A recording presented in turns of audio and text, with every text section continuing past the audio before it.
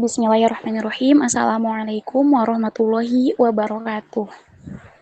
Waalaikumsalam warahmatullahi wabarakatuh. Ya teman-teman semua, alhamdulillahilladzi ja'alal qalama lil kitabah wal kitabah lil qiraah wal qiraah lil ma'rifah wal ma'rifah lil ibadah wal ibadah lillahi ta'ala. Asyhadu an la ilaha illallah wa asyhadu anna Muhammadan abduhu wa rasuluh. La nabiyya ba'da. Amma ba'd. Baik teman-teman sekalian, pertama-tama dan yang paling utama, mari kita panjatkan puja-puji syukur kita ke Allah Subhanahu wa Ta'ala yang mana telah memberi nikmat iman dan Islam kepada kita semua. Alhamdulillahirrahmanirrahim. Tak lupa sholawat serta salam kita curah limpahkan kepada baginda alam, King of Kings, Leader of Leaders, yakni Habibana wa Nabiyana wa Maulana Muhammad Sallallahu Alaihi Wasallam. Who has brought us from darkness to the likeness like now. Baik teman-teman sekalian, sekarang kami dari kelompok 5 yang memilih nama Surjo Pranoto dengan tema ilmu ekonomi dan judul PHK di masa pandemi COVID-19 ini akan presentasi di pagi hari ini. Nah, tadi kan kelompok 5 ya. Next, operator. Nah, di sini ada perkenalan dulu. Kenapa sih harus kenalan gitu kan? Ya soalnya kalau nggak kenalan, nanti nggak sayang dong gitu. Nggak, biar tahu gitu kan anggotanya siapa aja. Nah, di sini kelompok 5 itu beranggotakan 6 orang ya. Yang pertama ada Muhammad Ridwan Sudaryat, lalu ada Muhammad Syaifan, lalu ada Aida Hana, ada Salmana Fisah Dalila Utama, ada Mira Gustiani, dan ada Syafira Salsabila. Nah, jadi keenam ini adalah anggota dari kelompok 5. Nah, tadi kan Salma udah bilang ya, kami dari kelompok 5 yang memilih nama Surjo Pranoto. Pasti kan kalian tuh kayak, ih siapa sih Surjo Pranoto? Kenapa sih milih itu gitu kan? Nah, langsung aja akan dipaparkan atau dijelaskan oleh Kang Syaifan, menjelaskan atau memberitahu biografi tentang Raden Mas Surjo Pranoto. Silakan Kang Syaifan. Suara saya terdengar? Terdengar kan? Oke, baik. Baik teman-teman, jadi saya akan membacakan biografi Raden Mas Surjo Pranoto. Sebelumnya Raden Mas Surjo Pranoto ini adalah adik dari Ki Hajar Dewantara. Beliau lahir pada tanggal 11 Januari 1871, tepatnya di Istana Paku Alaman di Yogyakarta. Saudara beliau termasuk Suwardi Surjo Diningrat dan kemudian kakak yang paling tua yaitu Ki Hajar Dewantara. Pada tahun 1908 beliau bergabung dengan Budi Utomo, cabang Yogyakarta. Jadi Budi Utomo kan ada kalau nggak salah ada 2 cabang, yaitu ada di Jakarta, kemudian ada di Yogyakarta. Kemudian selanjutnya pada tahun 1910 beliau turut mendirikan lembaga asuransi, yaitu Onderline Levensverzekering Capich Bumi Putra. Kurang lebihnya seperti itu. Kemudian dilanjutkan pada tahun 1918, beliau juga membentuk Barisan Kerja Adi Dharma dan mendirikan sekolah untuk rakyat. Kemudian juga beliau bergabung dengan Sarekat Islam atau SI dan menjadi salah satu pembantu utama Hos Jokro Aminoto. Pada tahun 1917, beliau memimpin serikat buruh pertama di Indonesia bernama Personel Fabriks Bond atau PFB. Kemudian juga beliau dijuluki Raja Mogok karena kerap membela dan memimpin aksi pemogokan buruh. Dan selanjutnya beliau setelah Indonesia merdeka, beliau membantu taman siswa yang didirikan adiknya. Pada tanggal 15 Oktober 1959, beliau wafat di usia 88 tahun. Dianugerahi pemerintah Republik Indonesia dengan gelar Pahlawan Nasional Indonesia. Kurang lebih seperti itu biografi Raden Mas Surjo Pranoto. Sekian. Ya, terima kasih. Nah, jadi itu adalah biografi dari nama pahlawan yang kami pilih ya. Terus di sana udah ada kan jasanya, terus beliau bergabung dalam apa gitu. Nah, lalu selanjutnya ini ada latar belakang dari permasalahan yang akan kami bahas. Nah, latar belakang ini akan dijelaskan oleh Safira Salsabila. Silakan Teh Safira.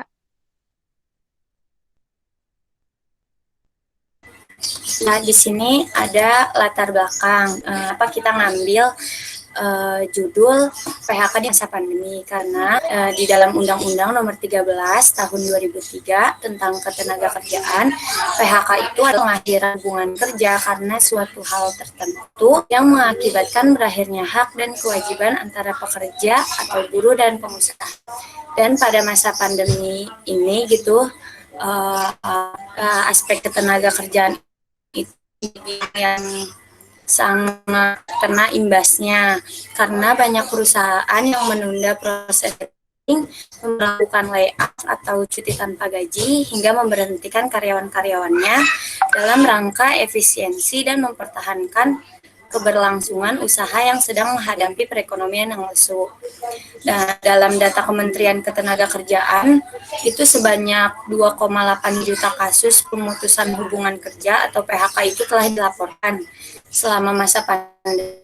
Berdasarkan pendapat dari para pedagang dan industri bidang UMKM, itu diperkirakan sebanyak 15 juta pekerja UMKM baik yang dilaporkan maupun ada.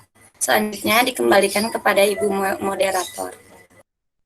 Iya, terima kasih. Nah, itu jadi latar belakang kenapa sih kita tuh milih judul yang tadi gitu ya. Oh iya, teman-teman sebelumnya mohon maaf ya Salma on cam, off cam, karena kalau on cam takutnya lag atau putus-putus suaranya gitu. Nah, langsung aja nih udah ada latar belakang kan. Pasti sebelum kita masuk kayak langsung ke materi gitu kan ada rumusan dari masalahnya itu apa sih gitu. Nah, rumusan masalah dan yang akan menjelaskan yang ada dalam rumusan masalah itu silakan kepada Kang Ridwan Sudaryat. Persilahkan. Sebelumnya suara saya ada gak? Ada. Ada, Kang. Oke. Ya seperti yang sudah dijelaskan tadi oleh Salma ya, bahwa setiap solusi itu tidak luput dari permasalahan. Kita tidak akan memakan sesuatu ketika kita tidak menemukan masalah lapar gitu. Berikut juga tentang ini gitu. Rumusan masalah yang akan kita dipaparkan dalam presentasi kali ini, yang pertama itu definisi dari PHK dan wabah penyakit itu sendiri. Kenapa kita memilih PHK di pandemi ini kan karena harus mengetahui dulu dari segi definisi itu seperti apa.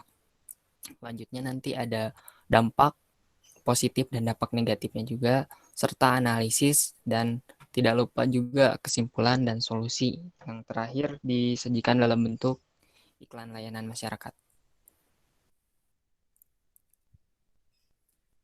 Oke. Nah, di sini kita sudah tahu kan tadi definisi PHK saya ambil dalam undang-undang. Kenapa gitu? Karena ini berkaitan dengan hukum di suatu negara gitu, khususnya di Indonesia gitu.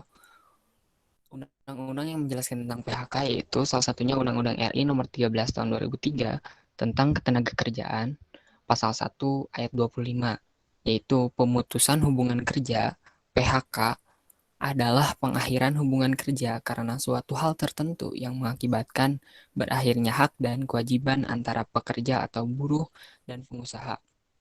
Nah, kita sudah tahu apa itu arti PHK.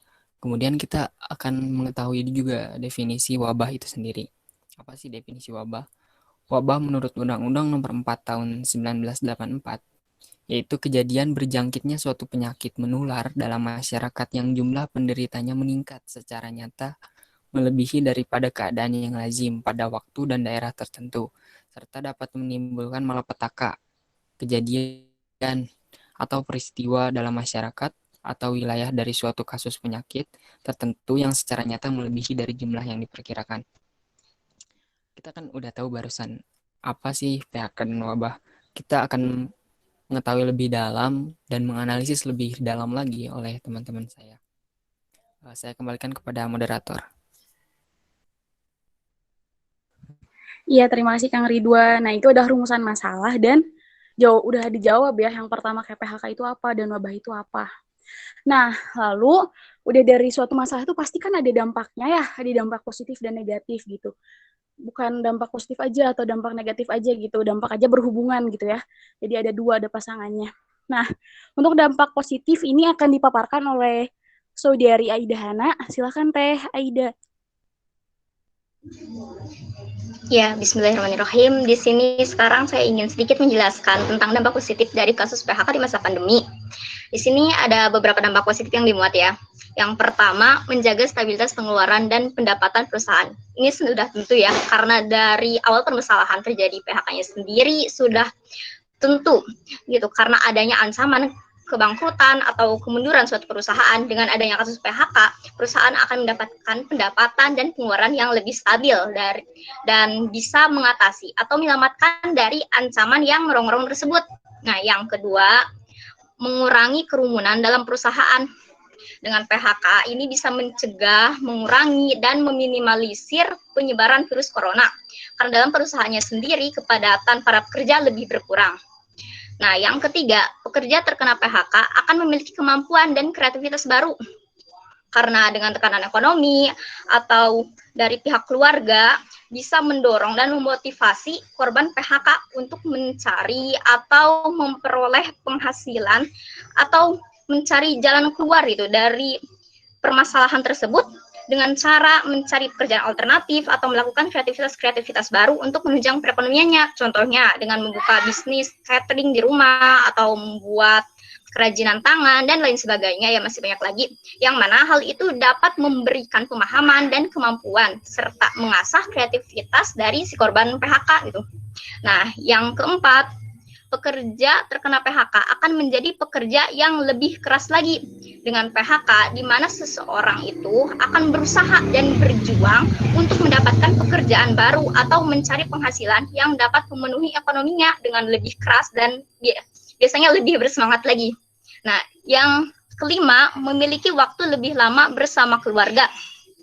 Ketika sedang bekerja, mereka sulit untuk berkumpul bersama keluarganya. Dengan adanya PHK, kebersamaan dengan keluarga pun akan lebih dirasakan lagi.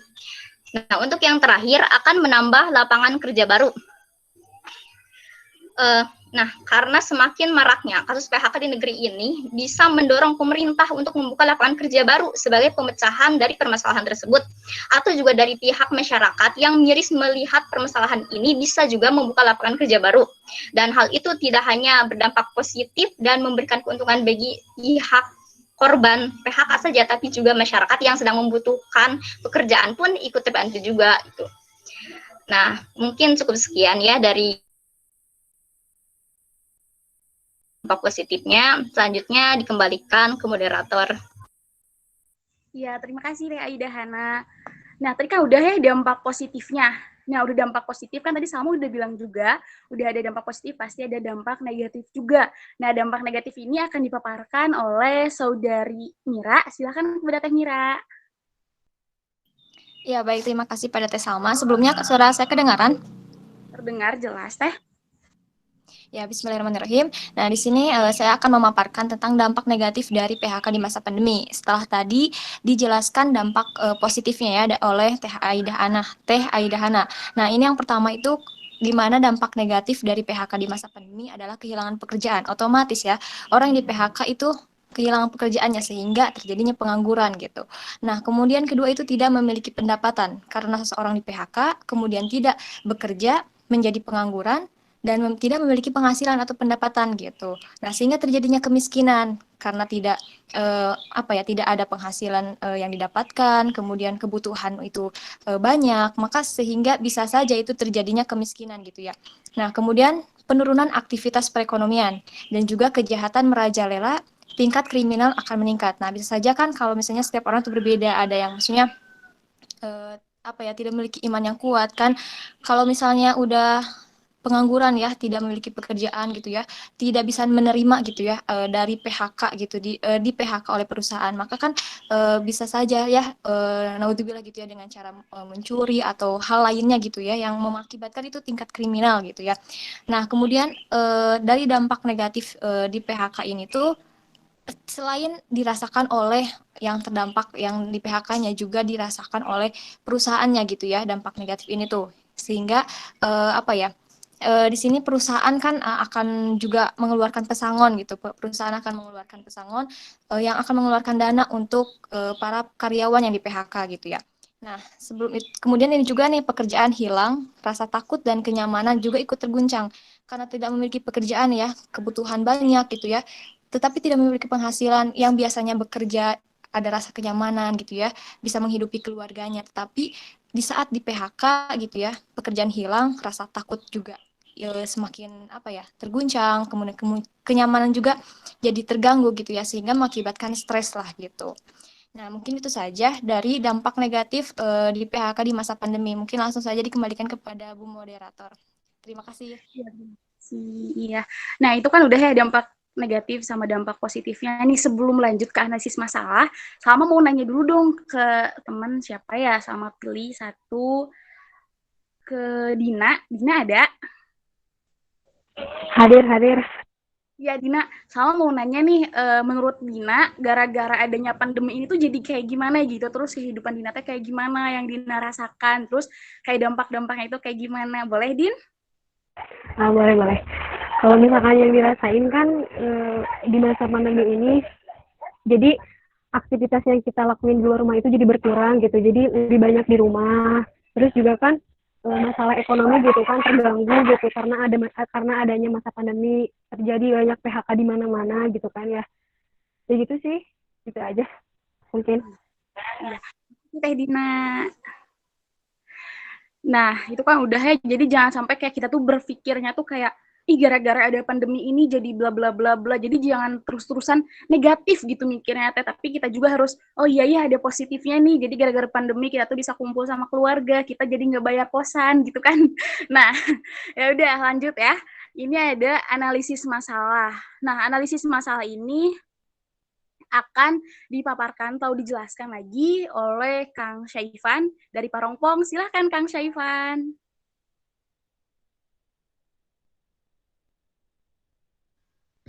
Baik, di sini saya akan membacakan analisis masalah. Di situasi seperti ini, pandemi mengakibatkan banyak para pekerja pabrik atau pekerja di beberapa instansi diberhentikan atau di PHK. Menurut analisis yang saya lakukan, beberapa pekerja pabrik mengeluhkan karena adanya PHK akibat pandemi, di mana mata pencaharian mereka untuk dapat menghidupi keluarganya masing-masing tidak dapat lagi mereka lakukan.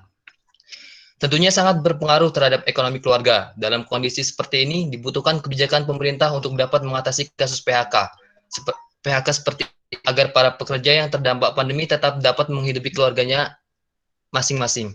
Baik, jadi contoh dari analisis masalah ini saya ibaratkan, jadi ada salah satu teman saya yang di Jakarta, beliau satu angkatan sama saya, satu STM juga. Beliau sekarang tuh 1 tahun kemarin 2019 itu beliau bekerja di salah satu perusahaan produksi manufaktur di Karawang kalau nggak salah, di salah satu pabrik apa gitu saya lupa. Beliau tuh cerita sama saya bahwasanya akibat pandemi ini, pertama itu beliau tidak langsung di PHK, tapi dari perusahaan tuh ada kebijakan pengurangan jam kerja. Misalnya dalam 1 bulan itu biasanya masuk jam kerja itu sekitar 26 hari. Kemudian karena adanya pandemi, dari perusahaan mengeluarkan kebijakan bahwasanya setiap pekerja pabrik itu dikurangi jam kerjanya dari mulai 26 hari menjadi 20 hari. Kemudian setelah pandemi ini berlangsung cukup lama, akhirnya dari perusahaan mengeluarkan kebijakan baru lagi, yaitu pengurangan jam kerja lagi dari mulai 20 hari kemudian menjadi berkurang lagi menjadi 15 hari atau 2 pekan. Kemudian setelah itu dari perusahaan setelah kurang lebih kemarin tuh bilang setelah Lebaran, setelah semua pekerja pabrik itu mendapatkan THR, barulah di situ perusahaan mengeluarkan kebijakan bahwasanya perusahaan itu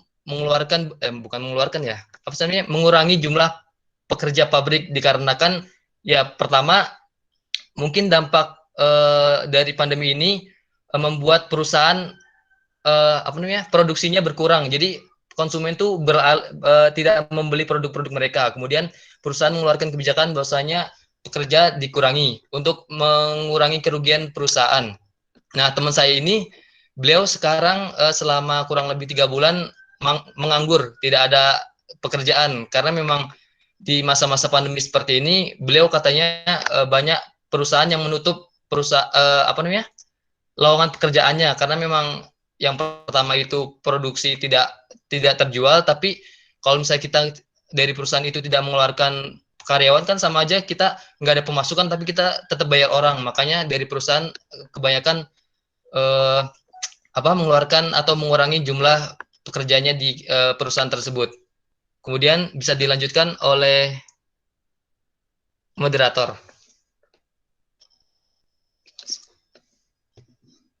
Iya, terima kasih Boleh, Kang Teh? Syahid. Iya, terima kasih. Nah, terus di sini ya ada udah kan tadi. Nah, jadi kalau misalnya kenapa sih harus kayak dikurangin gitu kan tenaga kerja atau ada yang di PHK ya? Soalnya perusahaan tuh mau bayar gimana gitu. Secara pendapatan ke perusahaan sendiri saja sangat kurang gitu, sangat minim gitu. Nah, langsung aja teman-teman dari yang tadi yang sudah dibahas, mulai dari latar belakang, masalah, dampak, dan analisis, di sini ada kesimpulan. Nah, jadi kesimpulannya itu kita tuh sudah tahu bahwa wabah ini sangat melanda banyak sekitar, khususnya itu dalam sektor ekonomi. Banyak perusahaan yang bangkrut dan mem-PHK pegawainya secara massal karena sudah tidak mampu membiayai operasional perusahaan-perusahaannya. Terus kenapa sih kok kesimpulannya cuma kayak gini doang gitu kan? Ya soalnya kan di sini kami membahasnya tentang ekonomi ya. Jadi salah satu contohnya seperti ini. Nah, udah kan ya materi-materi gitu. Ini masalahnya kayak gini. Nah, pasti di setiap masalah ada solusinya. Nah, ini di sini kami membuat dan akan menampilkan sebuah video iklan layanan masyarakat tentang materi yang telah kami bahas tadi. Selamat menonton. Silakan operator di play.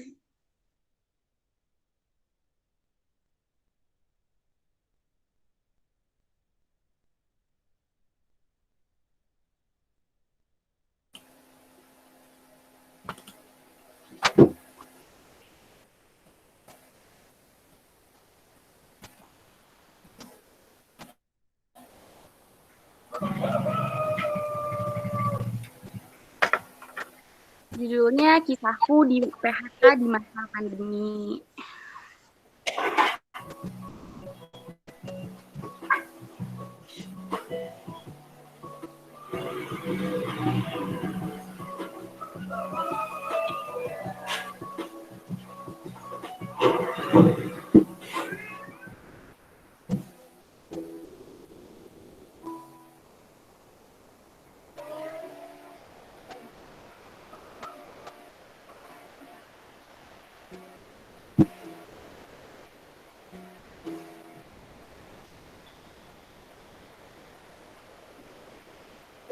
Halo Bu, Assalamualaikum. Waalaikumsalam, Kang. Gimana kabarnya? Alhamdulillah Bu, Syekhan di sini sehat. Tapi Syekhan menyampaikan kalau bahwasanya itu Syekhan itu kena PHK perusahaan. Kenapa bisa? Kamu buat online kan? Kamu baik-baik aja kan? Ya Bu, insya Allah besok kalau misalnya belum ada halangan, Syekhan pulang aku. Nggak usah pulang dulu ya. Itu takut kamu lulus dulu. Tapi insya Allah Bu, Syekhan kuat kok. Dekat-dekat saya bersabar. Ya Bu, nggak apa-apa, insya Allah Syekhan kuat. Insya Allah juga Syekhan ini bakal kerja keras meskipun harus kerja dari rumah.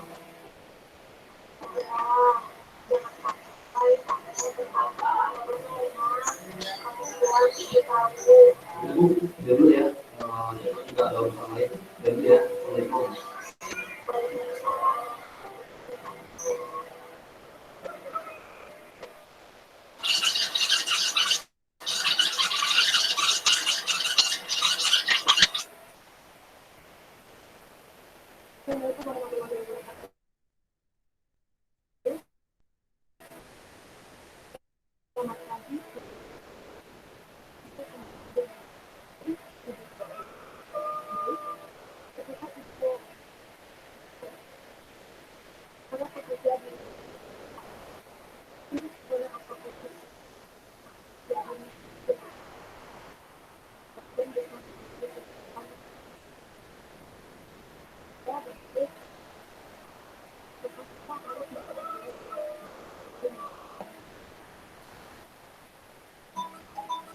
Assalamualaikum, selamat siang Pak.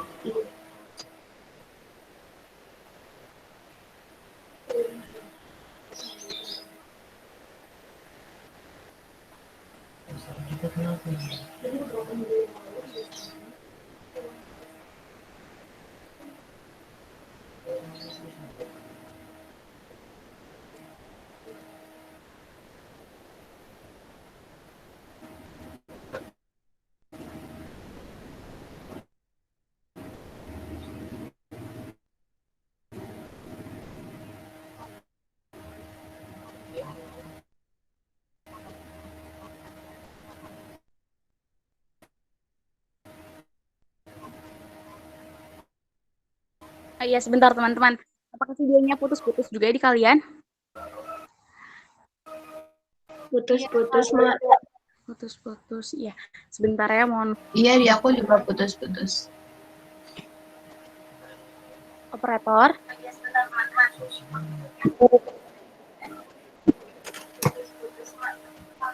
Ya, ya.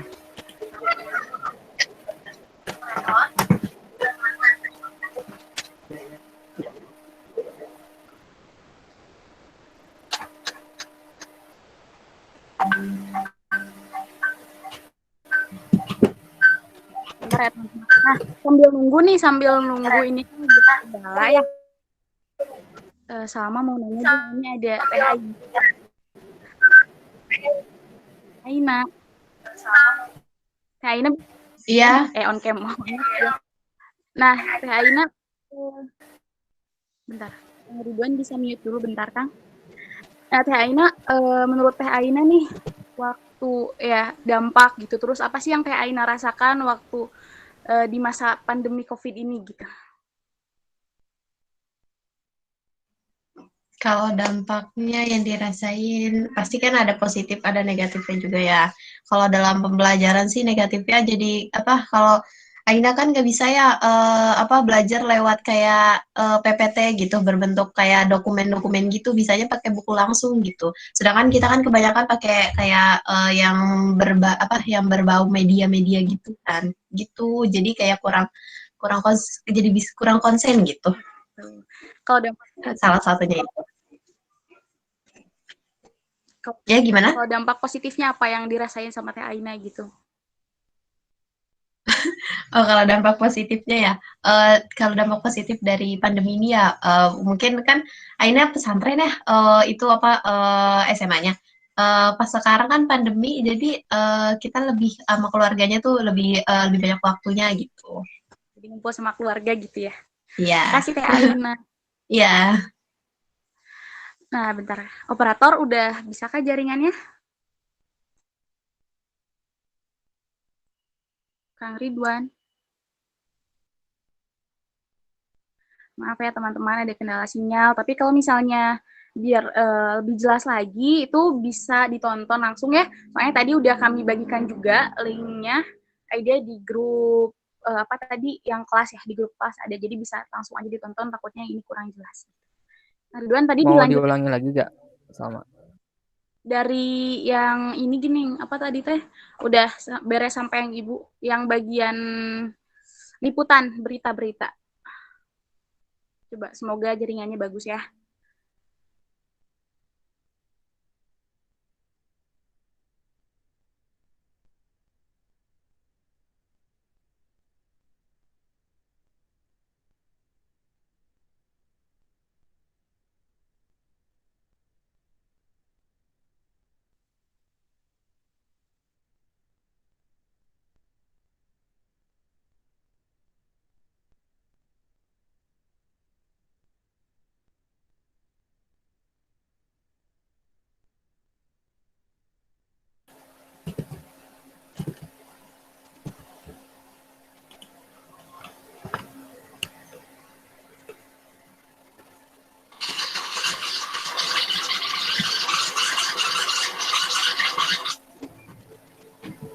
Assalamualaikum warahmatullahi wabarakatuh. Selamat pagi, selamat siang. Kita untuk kembali hadir di pagi 7 Oktober. Kita info pada pagi, yaitu makan para pekerja di rumah kan dirasakan virus corona atau COVID-19 telah masuk dunia pelaku. Bagian besar aspek kehidupan terdampak oleh berbagai macam perusahaan terpaksa harus memperhatikan para pekerja.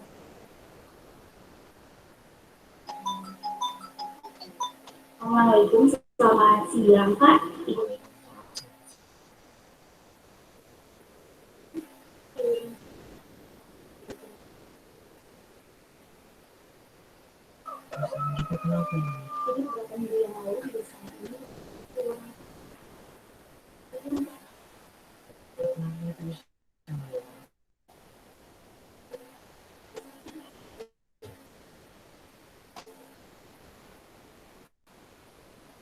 Ya.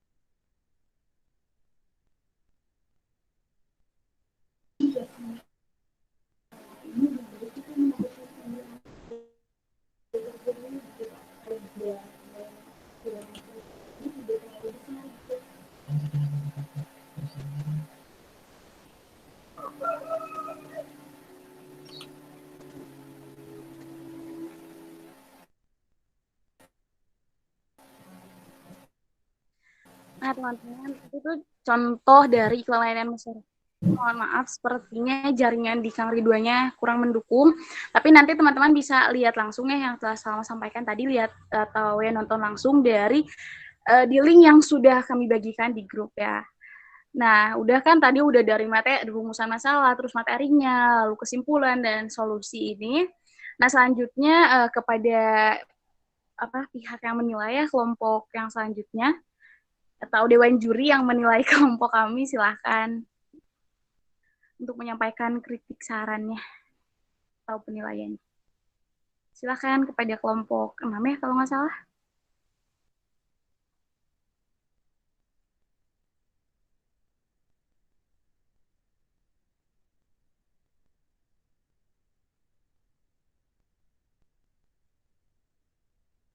Terdengar jelas, Teh Dina? Baik, Bismillah. Kami dari tim penilai gitu udah menilai dari hasil presentasi sama penayangan video tadi.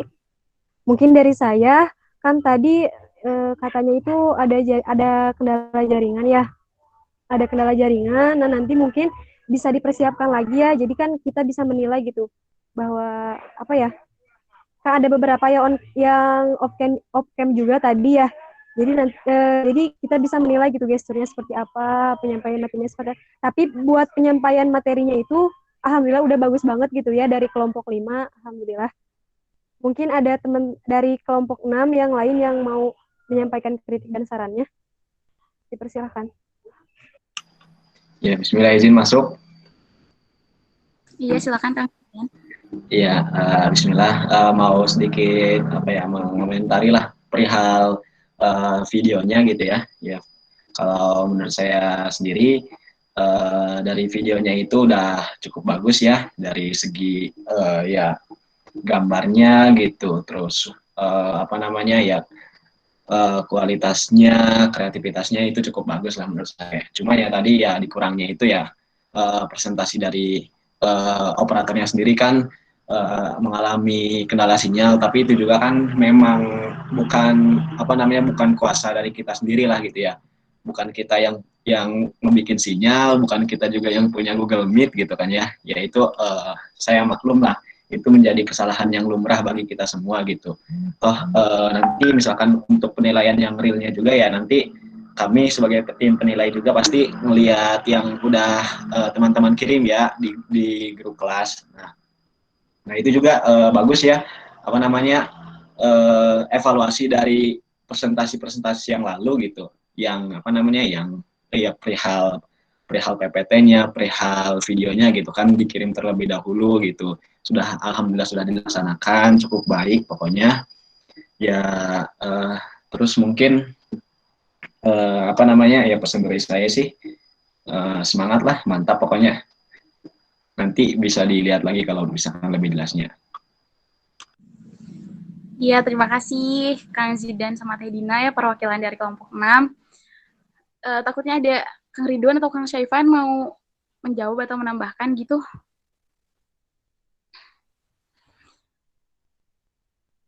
Ini evaluasinya udah. Udah 2 aja, Kang. Oh, mau 2 aja gitu. Maksudnya bisa ada dari yang lain gitu. Iya, bisa ada. Ini Kang Ridwan mau jawab dulu nggak barusan yang dari penilaian kelompok 6 gitu. Dari mungkin mau menanggapi dulu dari teman-teman kelompok 5-nya. Iya. Silakan Kang Ridwan atau tadi Kang Syaifan katanya. Ya, kenapa? Mau menanggapi dari ya komentar dari tim penilai. Ya, untuk selama ini kan barusan 2 komentar tadi kan ya udah tau lah gitu ya, maksudnya kenapa videonya misalnya putus-putus atau apa, karena memang itu kan bukan kehendak kita. Jadi ya terima kasih lah buat tim penilai yang udah mengerti gitu. Paling itu aja sih. Iya. Yang lain dari PPT-nya atau ada masukan yang lain dari segi mananya gitu? Boleh mungkin dari kelompok 6 ada yang mau menyampaikan lagi? Mangga, Imam, Nisa, sama Maul, Haji mungkin? Izin masuk boleh? Silakan. Mohon maaf saya off cam karena kalau on cam putus-putus sinyalnya, wifi-nya kurang bagus. Kalau dari saya, menurut penilaian saya, secara penyampaian mah sudah bagus sekali ya. Saya tidak ada yang perlu dikomen karena saya akan sedikit mengomen tentang gestur. Gesturnya secara keseluruhan sudah cukup baik. Cuman tadi ada beberapa pemateri yang terlihat agak kaku gitu ya dalam penyampaiannya. Cuman penyampaiannya sih bagus, cuman ya gesturnya itu kurang dapat gitu menurut saya. Ya walaupun saya juga kurang baik ya, tapi ya menurut saya aja lah ini ya. Dan juga ada beberapa yang off cam ya di saya tidak bisa melihatnya. Cuman ya secara keseluruhan sudah baik. Ya, tetap semangat ya kawan-kawan. Ya sekian dari saya. Ya, terima kasih Kang Imam. Ya, tadi kan ada yang off cam juga ya karena kendala jaringan juga, takutnya nanti malah ketika menyampaikan materi malah putus-putus gitu. Selanjutnya ada lagi dari kelompok 6 yang ingin menyampaikan penilaiannya gitu. Izin masuk boleh? Boleh, silahkan. Baik, terima kasih. Saya mau izin mengomentari soal analisis kasusnya ya. Tadi udah bagus karena ada narasumber yang asli gitu ya, yang bisa kayak di dunia nyata benar-benar kenal gitu sama Syaifannya. Terus ingat waktu Ibu ngasih tahu tentang analisis kasus itu diusahakan gitu ya, dikoreksi lagi gitu. Yang masalah harus sempit dan mendalam, mungkin bisa dibuat lagi lebih mendalam gimana kondisinya sekarang selama 3 bulannya, lebih dirinci lagi gitu misalnya. Jadi dampaknya itu benar-benar bisa kejelasin secara rinci gitu ya, gimana sih kehidupan pengangguran kalau misalnya 3 bulan di jangka itu tuh dampaknya itu separah apa, mungkin bisa lebih dirinci lagi dan lebih dalam lagi gitu ya. Mungkin itu tambahannya. Terima kasih. Ya, terima kasih Teh Maul atas tambahannya ya. Nanti biar bisa kami perbaiki. Dari teman-teman kelompok 5, ada yang mau menanggapi? Mira Saya boleh gak sedikit? Ya, boleh. Mangga. Itu ya, makasih buat saran dan kritiknya atas kelompok yang udah menilai kelompok kami. Kekurangan itu gak bisa ditilai dari kelompok kita ya. Kekurangan itu bisa dilihat dari orang-orang yang ngelihat kita dari luar gitu. Makanya perlu adanya evaluasi, saran dan kritik dari luar gitu. Nah, tadi berhubung dengan tadi ya ada yang bicara soal gestur. Kalau menurut saya ini pandangan pribadi aja. Gestur itu sebenarnya kalau dalam konteks online itu lebih baik si pemateri itu dinilai gesturnya itu dari nada bicaranya aja gitu. Karena kalau misalkan dinilai dari video, on cam atau itunya, banyak kendala yang sudah kita lalui bersama gitu. Sedih. Ya pokoknya banyak kendalanya gitu. Kalau dilihat dari nada bicaranya itu bisa kelihatan gitu. Orang itu sebenarnya gesturnya gimana sih? Ya gitu sih saran dari saya buat mungkin kelompok-kelompok selanjutnya yang nggak bisa nilai gestur dari video, tapi bisa nilai gestur itu dari nada bicara ketika mempresentasikan apa yang ia sampaikan. Itu mungkin. Terima kasih. Baik, terima kasih Kang Ridwan telah menanggapi penilaian dari kelompok 6 ya. Ada lagi yang ingin menanggapi? Rahmira mungkin, atau Teh Aida, Teh Safira, Kang Syaifan? Izin Atau... ya. Kan? Ya mau bilang terima kasih aja gitu ya atas apresiasi evaluasinya, insya Allah gitu ya akan membangun ya menjadi lebih baik lagi karena atas saran dan kritiknya. Mungkin itu aja ya, semangat buat kita semua gitu ya, karena usaha tidak akan mengkhianati hasil. Pokoknya tetap semangat, dan mungkin untuk mempersingkat waktu langsung aja. Makasih. Iya, terima kasih. Udah ya, selanjutnya dari kelompok 6 sudah cukup nilainya atau ada yang ingin disampaikan lagi?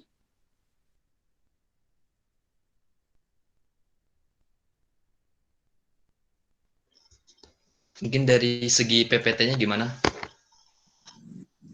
Ada masukan nggak? Kan kurang lebih barusan masukannya masih perihal video sama penyampaian gitu ya? Atau sudah bukan? Baik.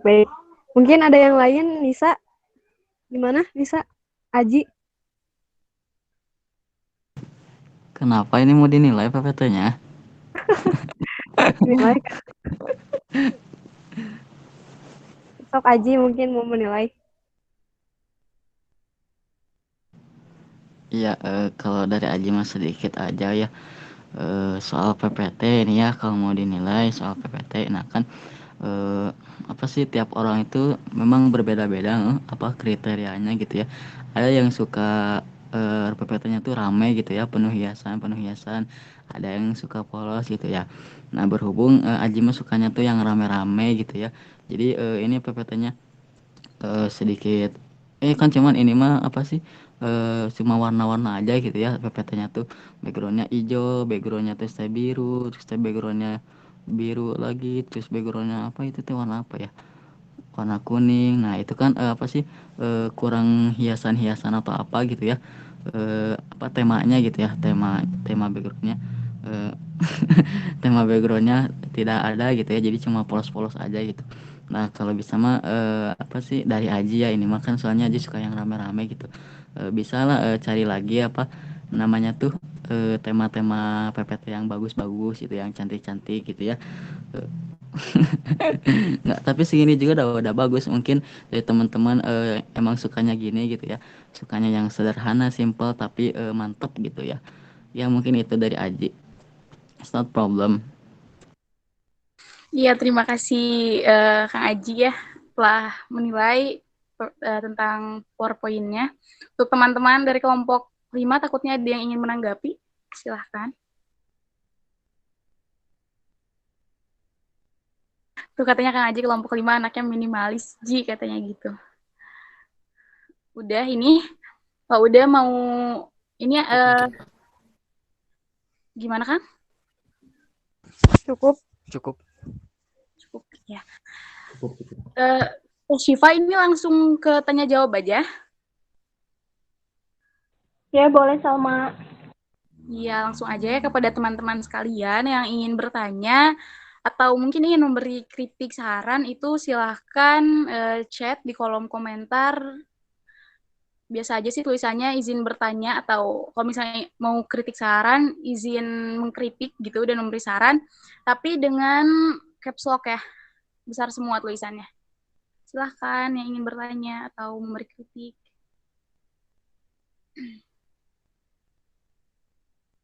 Ya, itu yang paling atas ada Teh Iin ya, kepada Teh Insani, silahkan.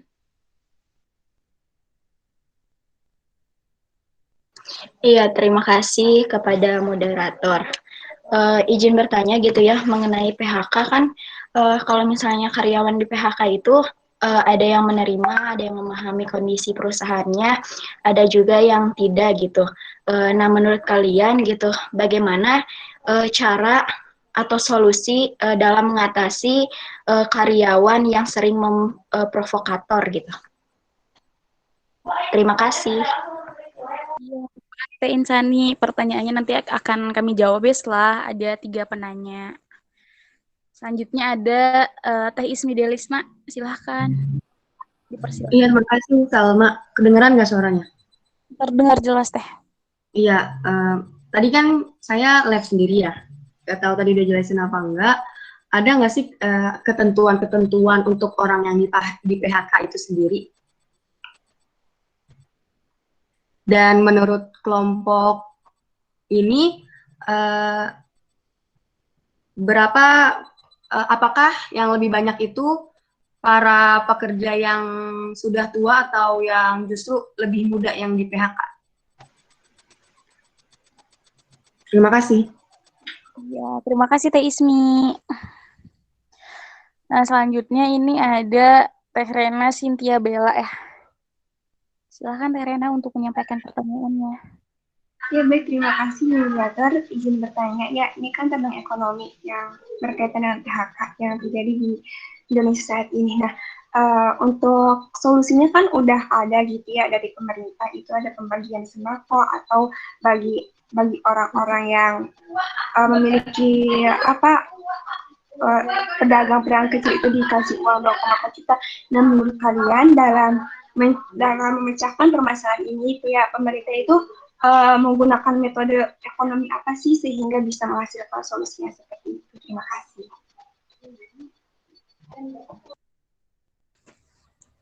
Baik, terima kasih Teh Rena. Nanti ya kita buka termin 2. Ini yang pertanyaan ini dulu kepada kelompok 5 yang ingin menjawab. Waktu dan tempat dipersilahkan. Saya izin menjawab pertanyaan Teh Ismi yang nomor 2, poin 2. Boleh ya? Silahkan. Baik teman-teman sekalian, pertanyaan ketentuan orang yang kena PHK, kemudian dominasi umur orang yang di PHK. Di sini ada 2 pertanyaan. Pertanyaan pertama itu ketentuan orang yang kena PHK. Nah, tadi gimana yang ini ketentuan orang yang kena PHK gimana tadi ya? Teh Ismi bisa diulangi lagi?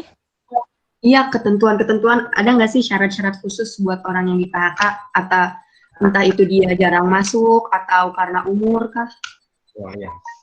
Baik Teh, jadi setelah saya mendengar cerita dari teman saya itu yang satu angkatan itu, katanya itu nggak cuma dari teman saya juga sih, karena juga latar belakang keluarga saya juga kan pada karyawan pabrik itu ya. Jadi kemarin dari mas saya juga sendiri bilang bahwasanya itu orang yang kena PHK tuh yang biasanya tuh dia karyawan kontrak. Jadi kayak contoh misalnya kayak teman saya nih yang baru lulus STM tahun 2019 kemarin, dia ngelamar pekerjaan kemudian diangkat jadi karyawan kontrak misalnya 2 tahun gitu ya. Biasanya memang maksimal 2 tahun sih, kemudian baru ada pengangkatan. Nah, biasanya tuh dari perusahaan tuh bakalan mem-PHK karyawan-karyawan yang masih muda, dalam tanda kutip di sini tuh mereka yang masih punya potensi buat daftar pekerjaan di perusahaan lain. Nah, kenapa para perusahaan itu mem-PHK karyawan-karyawan muda atau fresh graduate? Karena kan pertama dia masih punya umur yang cukup muda gitu ya, jadi masih bisa ada kesempatan buat daftar di perusahaan lain. Beda hal dengan para pekerja yang sudah sesepuh atau udah 30 tahun ke atas. Nah, biasanya kalau di perusahaan itu, kalau ada karyawan yang usianya udah mencapai 30 tahun, biasanya itu udah termasuk karyawan tetap. Karyawan tetap di sini tuh, jadi biasanya dari perusahaan itu tidak akan mem-PHK karyawan tetap. Nah, perusahaan itu akan mem-PHK atau mengurangi jumlah pekerja atau karyawannya itu hanya karyawan kontrak. Jadi ya pertama karena memang di situ tuh kan kalau karyawan kontrak tuh mereka kan punya keterikatan karyawan tetap gitu. Kalau karyawan tetap tuh sampai umurnya itu sesuai pada peraturan pemerintah kalau nggak salah tuh 50 atau 50 kurang lebih tuh. Nah, di sini alasan perusahaan mem-PHK karyawan yang masih muda ya karena memang mereka itu apa sih namanya masih punya peluang besar lah yang kena PHK ini masih mengandalkan gaji dari bukan gaji, tunjangan dari THR kemarin Lebaran. Kemudian kalau dari pemerintah memang sama sekali tidak ada apa namanya, tidak ada bantuan dalam tanda kutip, misalnya bantuan untuk karyawan yang terkena PHK itu tidak ada yang apa dari pemerintah. Jadi selama ini beliau teman saya itu masih bertahan dari tunjangan THR hari raya kemarin. Kemudian dominasi umur orang yang PHK, yang di PHK. Nah, biasanya tuh yang terkena PHK ini di kisaran sampai umur 24 tahun. Nah, di atas umur 24 tahun setahu saya itu beliau akan kesulitan gitu kalau saya kena PHK terus cari pekerjaan lain tuh akan kesulitan karena memang di umur-umur segitu tuh udah apa namanya? Udah warning gitulah. Karena memang di umur 26 ke atas itu kalau kita masih dalam karyawan kontrak, itu kalau kita masa kontraknya habis terus kemudian daftar ke perusahaan lain itu udah dianggap tua gitu. Maksudnya perusahaan akan mencari karyawan tuh yang lebih muda usianya, kurang lebih seperti itu. Ya, terima kasih Kang Syaifan. Saya izin menambahkan sedikit ya. Sama sih kayak tadi, terus kan Teh Ismi tuh nanya kayak, apakah yang di PHK tuh kayak yang sering bolos dan lain-lain gitu. Nah, yang kayak sering bolos atau mungkin yang emang kerjanya kurang bagus, itu tuh jadi kayak kemungkinan besar sekali mereka untuk di PHK gitu kan. Jadi bisa kayak perusahaan tuh mikir kayak yang sering bolos atau yang mungkin kinerjanya kurang bagus itu jadi perusahaan tuh akan kayak, apaan sih cuman jadi sampah perusahaan gitu loh kalau kasarnya kayak gitu kan. Jadi perusahaan itu akan mempertahankan itu tidak akan dilihat dari kayak segi umur gitu, tapi akan dilihat juga kayak gimana sih kinerjanya, apakah kinerjanya bagus atau tidak, apakah karyawan tersebut tuh benar-benar berpengaruh terhadap perusahaan atau tidak, seperti itu sih kurang lebihnya. Jadi bisa saja nih, kalau misalnya umurnya yang masih muda, tapi mungkin kinerjanya bagus atau mungkin sangat cerdas dan membantu perusahaan, membantu kemajuan perusahaan, itu bisa saja tidak di-PHK gitu. Jadi kembali lagi kepada individu masing-masing sih. Yang lain ada yang ingin menambahkan, silahkan. Dari kelompok 5 ada yang ingin menambahkan? Saya ingin menambahkan sedikit. Iya, silahkan Kang.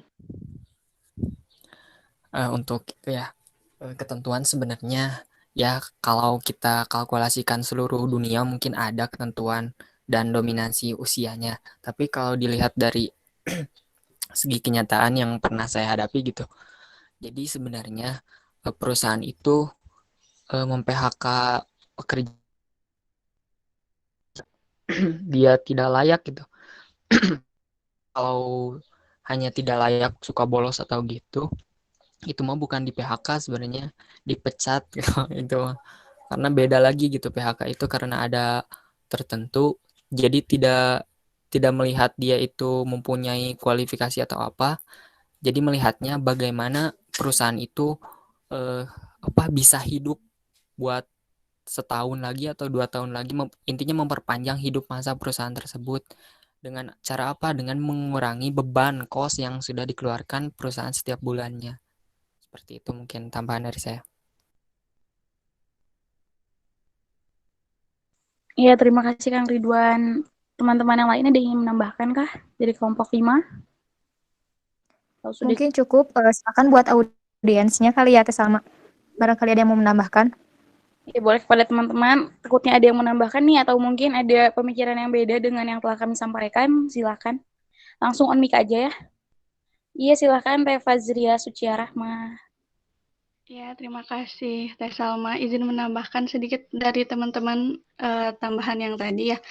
Mungkin untuk di saat pandemi seperti ini, kenapa banyak yang di PHK, salah satu faktornya adalah keadaan perusahaannya mungkin yang biasanya perusahaan itu misalkan menerima berapa ribu pesanan setiap harinya karena pandemi jadi hanya setengahnya mungkin ya itu juga jadi si perusahaan itu mengurangi orang-orang pekerja yang biasanya bekerja karena untuk mengurangi tadi beban kos tadi, beban biaya-biaya produksi yang harus dikeluarkan gitu. Ya, jadi untuk mempertahankan si perusahaannya itu sendiri. Kemudian dominasi mungkin orang-orang di PHK-nya mungkin yang sepertinya yang baru-baru diterima gitu, bukan yang lama-lama. Karena kan kalau yang para pekerja baru itu kan mereka masih perlu adaptasi, masih perlu di-train, dilatih gitu. Sementara kalau yang pekerja lama-lama mungkin bisa dipertahankan dulu oleh perusahaan karena mereka sudah ahli gitu. Seperti itu tambahannya. Terima kasih. Ya, terima kasih Teh Fazria. Yang lain ada yang ingin menambahkan satu lagi mungkin? Satu orang lagi silahkan. Dari Ikhwannya mungkin ada yang ingin menambahkan? Kang Azhar mau menambahkan tidak? Azhar ada?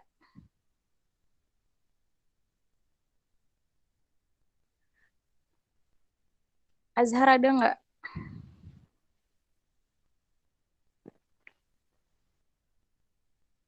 Tiduran mungkin ya. Yang lainnya ada yang menambahkan? Atau sudah cukup? Cukup ya. Nah, bagaimana Teh Ismi atas jawabannya? Apakah sudah cukup puas atau masih kurang gitu? Baik, sudah cukup. Terima kasih. Ya, terima kasih Teh Ismi yang sudah bertanya juga. Nah, lalu kepada kelompok 5, ada yang ingin menjawab pertanyaan dari Teh Insani atau dari Teh Rena? Izin menjawab ya Teh Salma? Ya, silahkan. Yang dari siapa Teh? Yang dari Teh Insani. Iya, monggo. Ya kan solusi karyawan yang punya sifat provokator ya. Di sini pun gitu saya kurang tahu gitu, makanya saya juga cari sumber dari internet ya. Setelah mencari gitu ya, membaca, lalu di sini ada langkah-langkah gitu ya untuk mengatasi karyawan yang provokator itu. Nah, di sini kan bisa dengan cara mencek gitu ya pada sesama karyawan mengenai orang tersebut gitu kah. Apakah orang tersebut tuh merasa terganggu atau tidak gitu ya. Menelusuri gitu lah. Kemudian bisa kita mengetahui opini dari karyawan lain gitu ya mengenai orang tersebut gitu ya. Kemudian juga kita memberikan saran pada orang tersebut, kita memberikan motivasi gitu ya untuk melakukan perekrutan gitu ya di luar dari karyawan kantor. Kemudian kita juga bisa mencek apakah orang tersebut itu telah melakukan pekerjaan dengan baik atau belum gitu ya dengan cara evaluasi, karena kan dengan evaluasi itu adalah salah satu terpenting gitu ya. Kemudian nih kalau memang benar hal tersebut itu memprovokasi gitu, kita bisa dengan cara merekam isi pembicaraan tersebut gitu ya. Kemudian kita juga bisa melaporkannya ke HRD gitu, apakah itu bisa berupa rekaman audio atau rekaman audio visual gitu ya, secara diam-diam gitu. Karena kan itu pun merupakan salah satu untuk bisa menyelesaikan sebuah masalah gitu ya. Nah kemudian dengan selanjutnya bisa memberikan selebaran yang disebar oleh sang provokator kepada bagian HRD gitu ya, berupa bukti apapun gitu ya, bisa berupa screenshot atau apalah penyebaran hoax atau provokasi lainnya gitu. Nah, setelah itu kan kita bisa menyebarkan keputusan pada bagian HRD atau pimpinan gitu ya. Apabila perusahaan itu telah memutuskan, nah sebaiknya kita tuh bisa menerima dengan lapang dada gitu ya orang yang memang kena teguran atau kena dampak itu gitu ya. Nah, mungkin itu saja sih yang saya baca dari internet gitu ya mengenai bagaimana atau solusi atau cara mengatasi karyawan yang provokator. Mungkin bisa dipaparkan lebih lanjutnya atau lebih jelas dari teman-teman sekalian ya. Terima kasih dari saya segitu aja. Ya, terima kasih Teh Mira. Dari teman-teman kelompok 5 yang lain ada yang ingin menambahkan? Boleh Teh saya. Boleh, monggo. Jadi jawaban dari pertanyaan pertama, solusi karyawan yang punya sifat provokator. Nah, kurang lebih waktu saya PKL dulu kelas 11 kalau nggak salah. Ya kelas 11 saya PKL itu, jadi dari perusahaan tuh semacam punya intel gitu Teh, untuk mengawasi karyawan-karyawannya. Jadi di sini kalau misalnya ada karyawan yang dalam tanda kutip itu ngeyel ataupun nyeleweng dari peraturan-peraturan yang sudah ditetapkan oleh perusahaan, nah di situ intel ini bakal ngelaporin ke HRD atau pimpinan. Nah makanya kenapa jangankan ini kan jadi kalau nggak salah tuh di perusahaan tuh ada 3 tahap. Pertama tuh perusahaan apa sih namanya? Jadi ada perusahaan perumahan, perusahaan yang kayak apa ya namanya? Jadi kalau nggak salah waktu itu saya belajar ada 3. Yang kedua CV, kemudian yang paling di atas itu adalah PT atau perusahaan terbuka. Nah, saya waktu itu PKL di CV. CV itu ya CV itu kurang lebih di bawahnya PT lah. Nah, di CV aja yang ibarat perusahaan kecil itu aja punya intel, apalagi perusahaan atau perusahaan yang besar, perusahaan besar-besar itu pasti kan mereka pada punya intel ya untuk mengawasi para karyawannya gitu. Nah, biasanya tuh kalau misalnya dalam konteks pandemi kayak gini kan memang waktunya cocok banget gitu ya buat provokator yang lain, buat aksi demo lah biar kita nggak di PHK ataupun yang lain sebagainya. Nah, kemudian pasti dari perusahaan itu sebelum ada sebelum ada tindakan dari para buruh atau karyawan itu pasti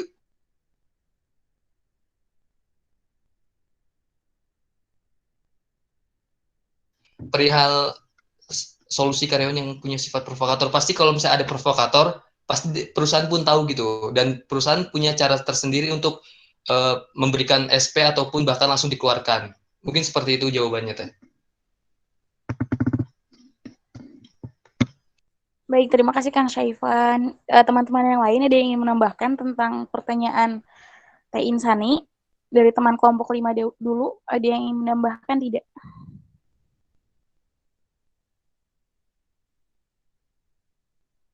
Sudah cukup? Oh, boleh menanggapi dulu atau mau bentar, takutnya ada tambahannya dari teman-teman selain kelompok 5. Ada yang ingin menambahkan tidak?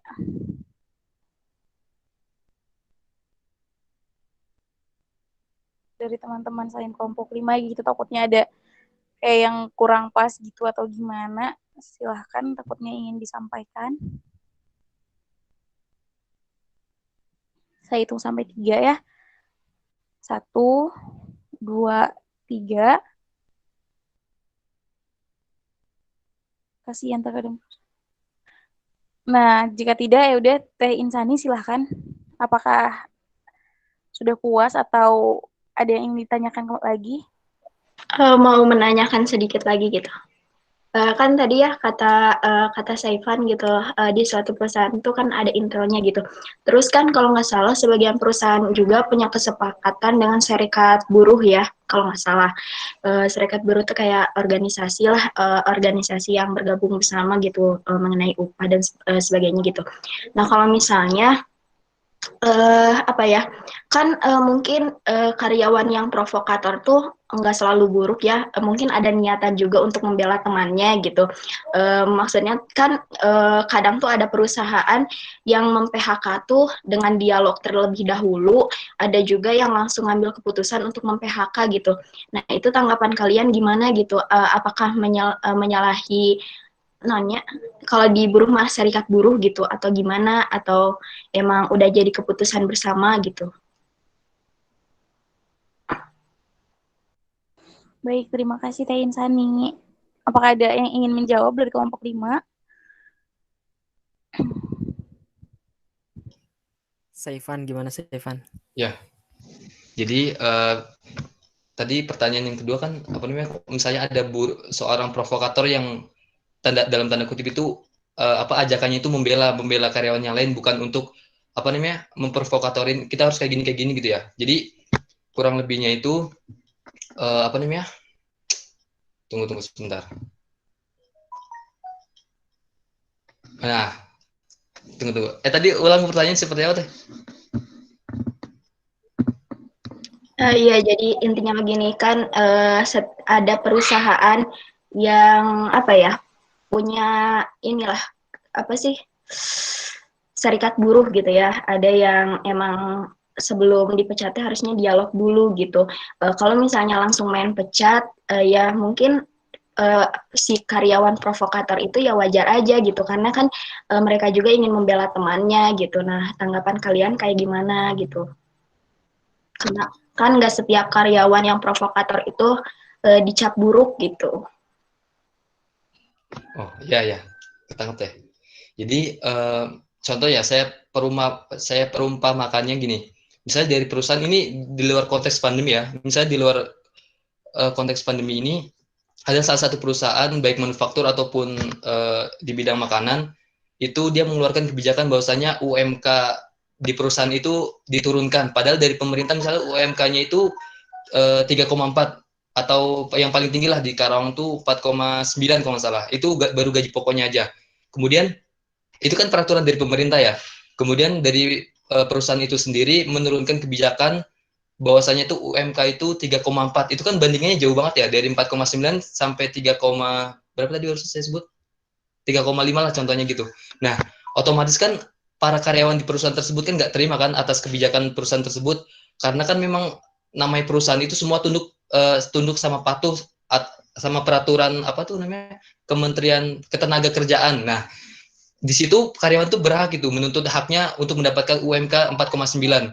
Nah, di situ pasti kan kalau misalnya mereka tuh punya keluhan tapi apa namanya nggak ada yang mengkompori atau memprovokatori, kan pasti sama aja kan, maksudnya nggak ada aksi gitu. Nah, di sini provokator di sini pasti, aduh tunggu sebentar, provokator di sini ya pasti ya punya pandangan bahwasanya itu ini perusahaan udah menyelewengi aturan nih, menyelewengi aturan negara gitu. Nah, di sini pasti ada gitu, kalau ada peraturan dari perusahaan yang kiranya itu menyelewengi aturan pemerintah, pasti ada provokator yang mengajak seluruh karyawan di perusahaan tersebut untuk membuat aksi demo. Nah, dari perusahaan kalau misalnya memang dia ini apa namanya tetap kekeh dengan peraturan barunya itu, sebenarnya karyawan tuh punya punya wewenang gitu buat ngelaporin perusahaan tersebut ke Kementerian Ketenagakerjaan gitu. Nah, tapi kan apa sih, kekuatan karyawan sebatas karyawan aja kan, maksudnya mereka tuh cuma punya suara gitu, nggak punya orang dalam buat buat nyampein keluhannya ke Kementerian Ketenagakerjaan. Nah, pasti dari perusahaan udah nyiapin hal-hal seperti itu gitu loh. Jadi sebelum provokator ini membuat aksi kepada karyawan lain untuk mengadakan demo, pasti dari perusahaan pun udah tahu nih, maksudnya kan tadi saya sebutkan ada intel dari setiap perusahaan. Nah, intel ini pasti bakalan mencari orang yang provokatori ini, yang memprovokatori untuk tidak setuju dengan peraturan perusahaan tersebut. Nah, pasti perusahaan itu tuh pasti akan fokus sama provokator ini, meskipun provokator ini maksudnya baik buat ngajak karyawan lain untuk menolak kebijakan perusahaan tersebut. Nah, pasti pasti perusahaan itu akan fokus pada provokator ini gitu loh. Pasti provokator ini pertama bakalan dipanggil oleh perusahaan, karena nggak mungkin perusahaan itu nggak tahu gitu seluk-beluk karyawan. Nah, kemudian setelah dipanggil pasti provokator ini pasti diajak diskusi gitu loh. Kalau mau kalau masih tetap mau di perusahaan ini pasti ya harus sami nama atona gitu loh, harus nurut aja gitu sama peraturan perusahaan tersebut. Makanya meskipun provokator ini konteksnya baik ataupun buruk, pokoknya ya kalau mau kalau masih mau bekerja di perusahaan tersebut ya harus ngikutin gitu loh. Mau sebanyak apapun suara dari buruh, kalau misalnya perusahaan ini tuh tetap dalam tanda kutip itu nyeleweng dan pemerintah itu nggak menanggapi, ya tetap aja gitu suara buruh tuh nggak bakal didengar gitu. Jadi kesimpulannya mah provokator itu sebenarnya ya mereka tuh nggak punya suara kuat gitu loh buat menjatuhkan perusahaan tersebut. Hanya saja dia tuh punya kekuatan buat ngebangun karyawan buat satu suara gitu, kurang lebih seperti itu. Gimana sih, kurang jelas gak teh kira-kira? Iya, udah Saifan, udah sangat jelas. Terima kasih. Udah cukup Teh Insani? Iya, alhamdulillah udah cukup. Terima kasih kelompok 5. Ya, makasih Teh Insani sudah bertanya. Nah, lalu ada pertanyaan terakhir ya tadi dari Teh Rena kepada kelompok 5 yang ingin menjawab. Waktu dan tempat dipersilahkan. Mau menjawab nomor 3 pertanyaan dari Teh Rena. Jadi kedengeran nggak suaranya? Terdengar jelas Teh. Terdengar. Jadi di masa PHK gini, pemerintah itu udah ngeluarin beberapa upaya. Contohnya itu kayak kartu prakerja, yang mana di setiap di setiap gelombangnya itu dikasih uang 600.000 apa gitu. Kalau nggak salah, maaf kalau keliru. Terus pemerintah juga kasih bantuan sosial, dari bantuan sosial gubernur, bantuan sosial dari presiden sendiri gitu. Segitu sih yang aku tahu. Kalau misalkan teman-teman ada yang mau nambahin, boleh.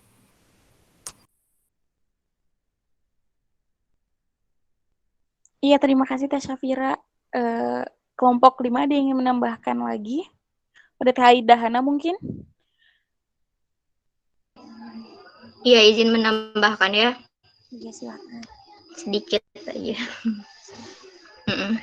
Ya, sama sih kayak tadi, mungkin kayak Safira juga sih, sebenarnya pemerintah juga udah menyediakan kartu prakerja gitu bagi para pekerja yang terkena PHK khususnya itu, atau juga para pekerja yang belum mendapatkan pekerjaan gitu ya. Ya, itu juga kan merupakan pelatihan ya. Pelatihan, terus juga ada uang tunjangan atau uang sakunya juga. Nah, tapi juga pemerintah juga itu sebelum para perusahaan mem-PHK itu, pemerintah juga menghimbau gitu pada para perusahaannya untuk mencegah terjadinya PHK sendiri gitu. Kayak misalkan dialog antara pekerja dan pengusaha gitu, itu udah pemerintah tuh udah menghimbau gitu pada perusahaan sebenarnya hal sebisa mungkin itu dicegah. Tapi kalau misalkan udah terjadi, ya itu gitu solusi dari pemerintah, kayak yang memberikan uang saku atau tunjangan gitu, terutama dalam masa pandemi ini kan. Kayak kartu prakerja atau ada insentif lain ya itulah. Nah, terus ya pemerintah juga sebenarnya masih memikirkan gitu masalah ini tuh kelanjutannya gitu mau gimana, terus ya kurang lebih gitulah. Baik, terima kasih Teh Aida. Untuk teman-teman yang lain, apakah ada yang ingin menambahkan? Ridwan, coba Ridwan. Ya, saya sedikit aja. Mangga. Ini udah ada suaranya? Sudah, Man. Ada, Kang. Oke. Solusi sebenarnya. Kita itu sebenarnya harus bisa lihat dulu gitu. Permasalahan intinya ada di mana gitu. Kan masalahnya itu PHK, pemberhentian hubungan kerja gitu. Jadi titik tolaknya itu ada di perusahaan, ada di dalam suatu bisnis gitu, usaha gitu. Sebenarnya kenapa para perusahaan itu mem-PHK para tenaga kerjanya? Kalau kita di masa pandemi gitu, karena kan keuntungannya itu tidak mencukupi beban yang ditanggung ketika masa pandemi ini gitu.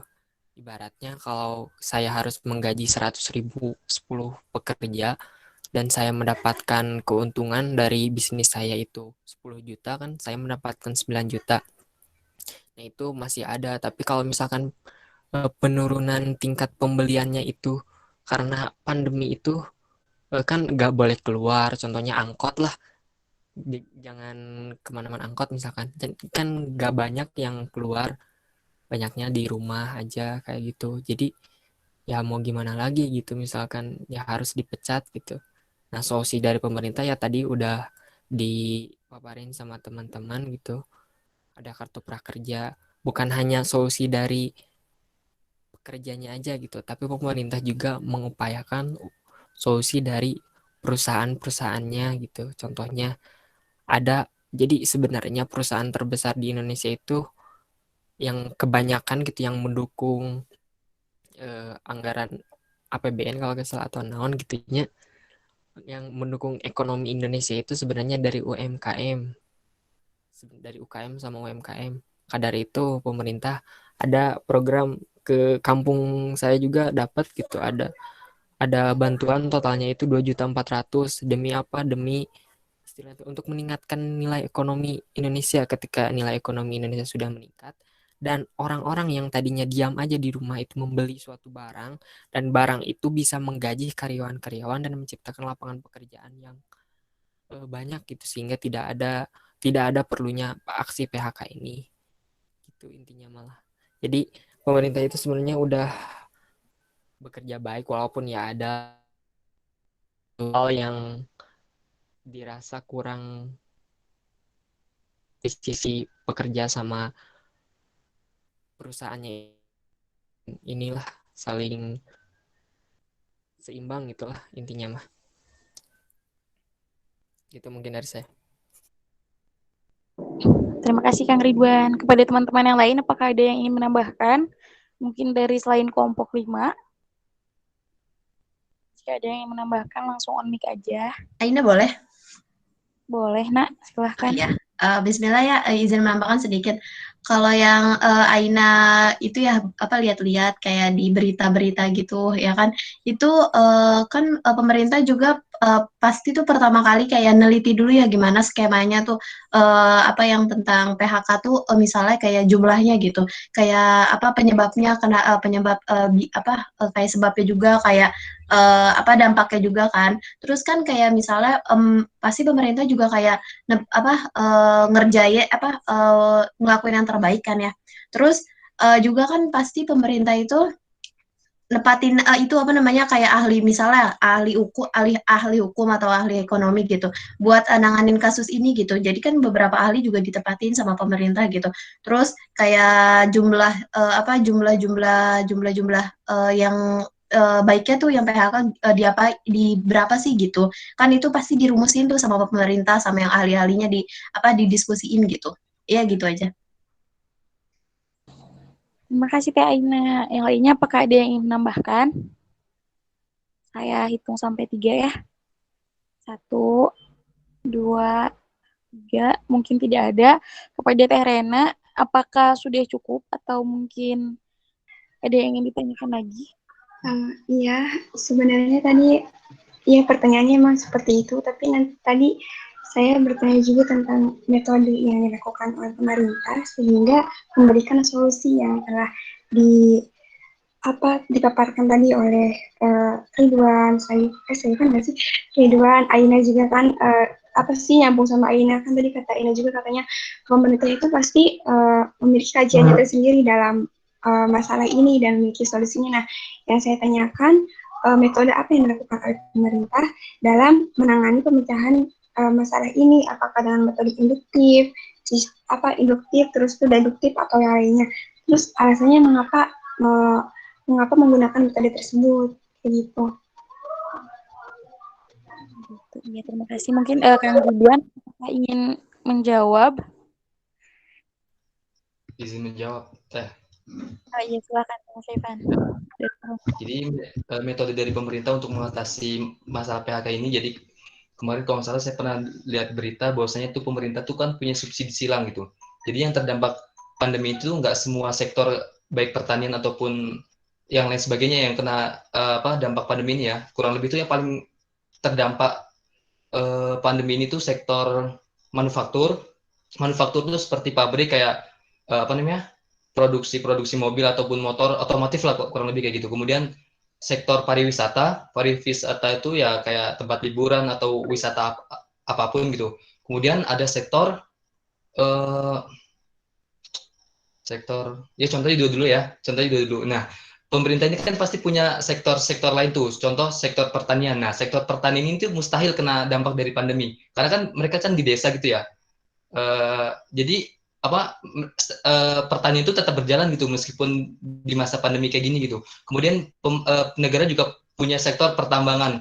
Mustahil pertambangan itu ada hanya karena pandemi tiba-tiba pertambangan ditutup, itu nggak mungkin. Karena memang sektor pertambangan itu kan sifatnya tuh, jadi kalau orang yang bekerja di tambang itu misalnya dikontrak selama 2 tahun, itu 2 tahun nggak boleh pulang, kurang lebih seperti itu. Makanya sektor pertanian, pertambangan, kemudian sektor apa lagi ya, contohnya dulu lagi deh ya, sektor itu nggak mungkin gitu kena dampak dari pandemi ini gitu. Jadi meskipun dari sektor manufaktur ataupun wisata itu paling kena dampaknya gitu ya, sehingga tidak menyetorkan uang ke negara atau ke kas negara, tapi negara masih punya sektor pertambangan sama pertanian gitu. Jadi ya gitu loh, meskipun sektor sektor pertanian itu nggak menghasilkan uang untuk ke kas negara, tapi negara masih punya cadangan lain gitu. Jadi ya tetap gitu, meskipun di masa pandemi ini pemerintah tuh punya alokasi dana dari sektor-sektor lain yang nggak terdampak pandemi gitu.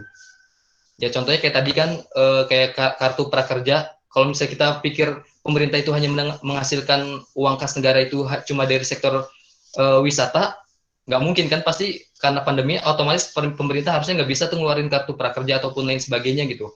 Jadi pasti pemerintah tuh punya cadangan alokasi dana dari sektor-sektor lain lah, yang membuat meskipun di masa pandemi ini pemerintah masih bisa memberikan bantuan gitu.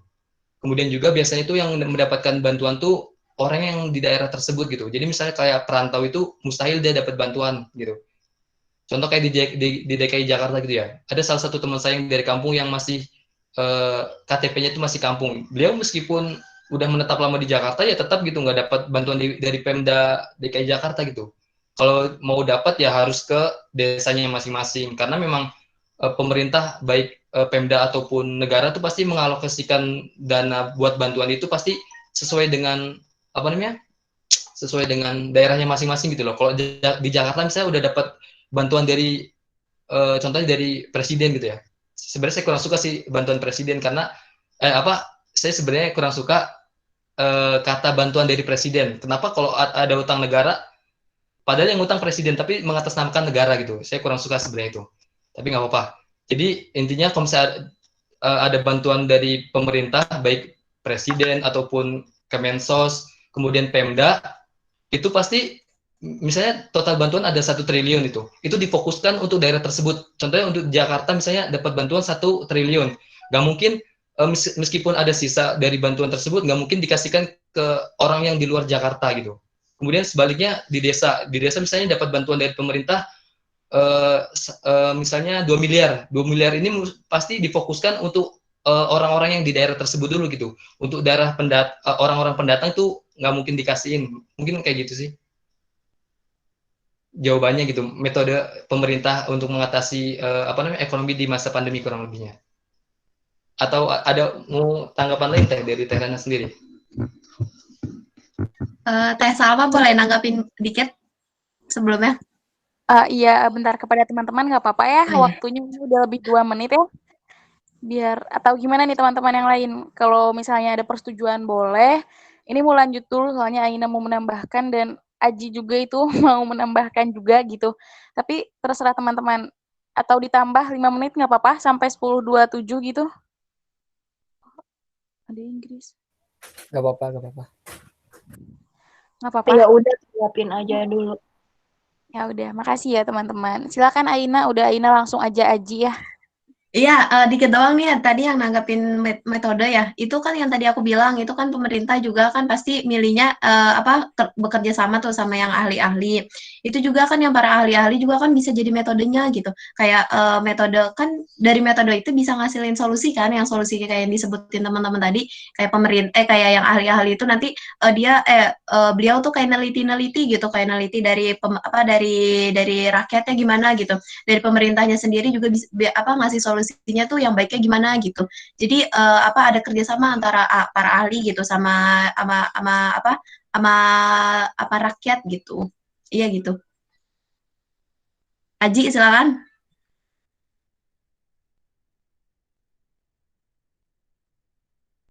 Iya kepada Ustadz Aji silakan ingin menambahkan.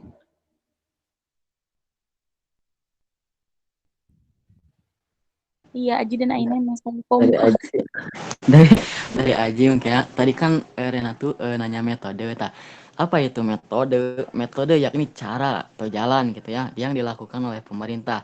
Nah, di sini berarti cara atau metode langkah yang dilakukan pemerintah dalam mengenangani orang-orang yang di PHK ya.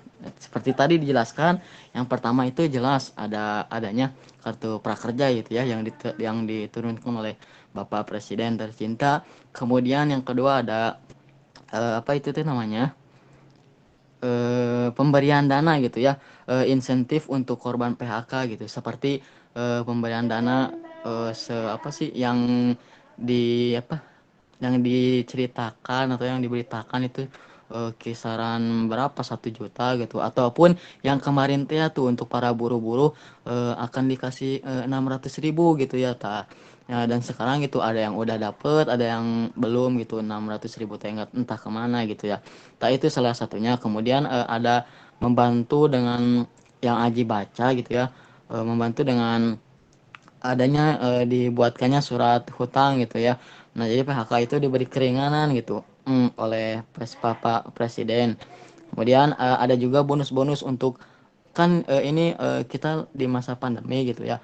Nah, pasti pekerja yang bekerja lebih keras itu kebanyakan pekerja medis gitu ya.